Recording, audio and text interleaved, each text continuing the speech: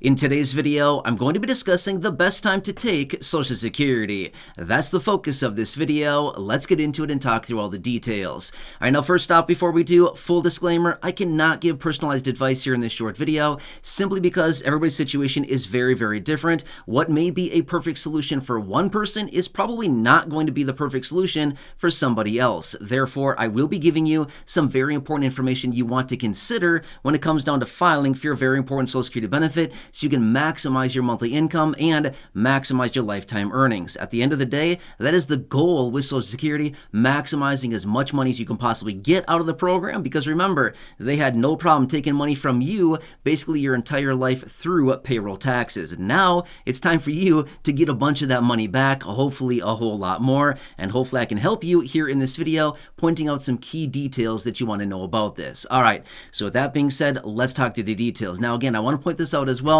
This is mostly focused on, again, Social Security retirement benefits, and this would also pertain a lot to Social Security spousal benefits as well. Not 100% for spousal benefits, but again, this is mostly focused on retirement benefits. All right, so first off, a couple things you need to know is your full retirement age. Now, you probably know what that is. I've talked about it many times before in other videos, but basically it's somewhere between the ages of 66 and 67.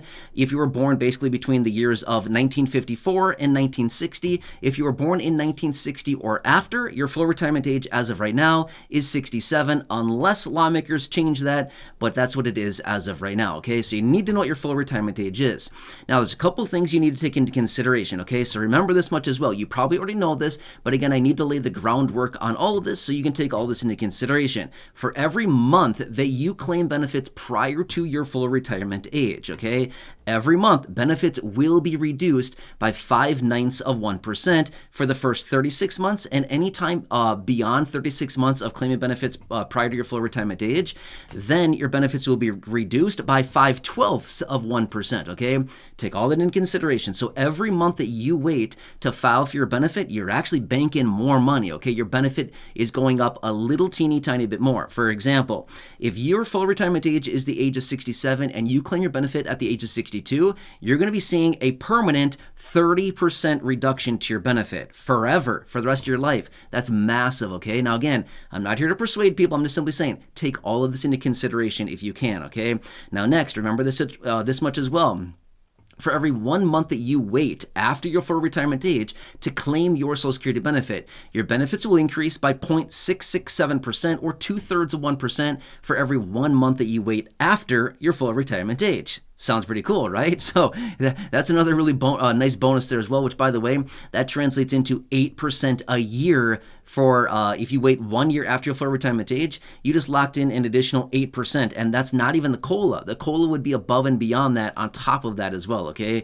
So just take all that in consideration, okay? Now, here's the thing.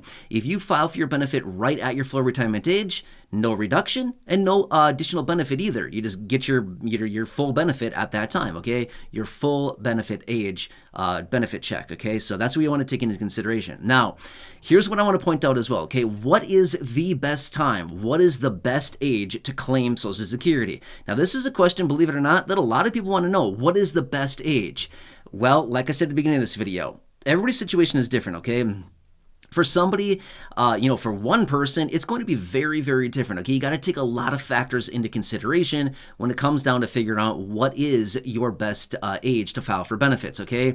Here's what I want to say. I'm going to talk about something here that, honestly, none of us want to talk about, but is the reality. This is the number one factor when it comes down to determining when you should file for your Social Security benefit, okay? Just hear me out on this. We're going to talk about it for a minute or so, and then again, I want to point out some other very important points as well. Number one would be life expectancy. I know, we don't want to talk about it, but here's the thing. When it comes down to Social Security, this is number one. This is paramount. This is so important because if somebody has a short life expectancy, you want to get those benefits as fast as you possibly can to maximize as much as you possibly can. However, if you think you're going to live, a very long time and you have a high, long life expectancy, if you wait, you may be better off at the end of the day, okay?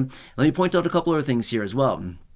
The statistics show that the average break even for most people, as in somebody who files for the benefit at the age of 62, somebody who waits until the age of 67, or somebody who waits until the age of 70, statistically across the board, break even for everybody is between the ages of 77 and 81. Okay, that is where break even takes place. In other words, if you file for your benefit at the age of 62, and you are comparing yourself to somebody that would claim your benefits at the age of 67, you're claiming benefits at the age of 62 5 years before, but your benefits are also reduced by 30%, right? Now, let's just say you waited 5 years and you took your benefit at 67. Now, your benefit is significantly higher, but you've claimed basically for 5 years less. Does that kind of make sense? Either way, depending on which age you claim, all of these ages here, 62, 67, or 70, or anywhere in between, break even on this, again, between the ages of 77 and 81, basically across the board, okay? So let me wrap this all up really quickly and say this much. If your life expectancy, now again, we don't know, none of us know what our life expectancy is, which is honestly kind of a scary thing, right? But here's the thing. If you think they have a pretty good chance of living beyond 81, the longer you wait to file for your benefit, you're most likely going to be better off, okay? However, if you're somebody who thinks, oh man, 77, 81, I don't know about that, you know? If you're kind of feeling like, that's kind of stretching it on me, you know, family history, you got these other things going on, something like this, and you're thinking that might be a stretch for you, you might want to jump on your benefit right away. Now, again, this is not advice at all. I'm just simply saying you got to take all this into consideration because at the end of the day, the rule with Social Security is you got to be present to win. In other words, you got to be vertical, not horizontal, if you know what I mean, okay? So my point is, it's very important that you kind of take this into consideration, okay? Now, you could look at a variety of factors. You could look at family history. You know, what did your parents do? How long did your parents live? What about your siblings? Things like this, okay? You could look at relatives, aunts, uncles, cousins, things like this, and kind of, you know, bring together a picture of like, okay, here's what my family looks like. You know, how is everybody else doing, right? And again, there's a lot more factors than this. You could also look at your own situation, think, okay, am I currently healthy? Do I have anything, you know, underlying issues going on? What's my lifestyle look like? And again, there's a ton of factors that determine all this. And honestly, none of us know. Anything could happen, right? So again, that's the scary part about this. But just remember this: at the end of the day, when you're taking all this into consideration, just remember the 77 to 81 is the break-even range for the vast majority of people. Okay, so if you think, hey, I got 90 years in me for sure. If you're somebody in that case, you're going to be way, way, way better off by waiting to claim your benefit, probably after your full retirement age. You may even be best off waiting until the age of 70. But I don't know that for sure for you and your situation. I'm just simply saying, if you wait until the age of 70 and your full retirement age is the age of 67, you just locked in an extra permanent 24% increase on your benefit by waiting those 3 extra years. 8% per year times 3 years, 24% above and beyond the COLA that you would be getting as well, okay? So again, you could really, really bank some serious money if you feel like, hey, I'm going to live, I think I got 90 plus years in me. If that's the case, I'm super happy for you. I hope that's the case for literally every single person. But if that is the case, the longer you wait, the way better off you're going to be, okay?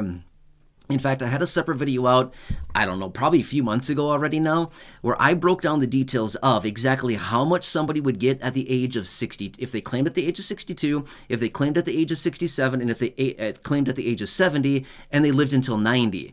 The dollar amounts are crazy different, like $100 some $1,000 difference for somebody who waits a little bit longer to claim their benefit a little bit later in their life. Okay, so it's massively different. In fact, somebody that claims at the age of, say, like 70, for example, and lives until 90, they could be claiming upwards of $360,000 from Social Security. It's a ton of money, right? I mean, just imagine.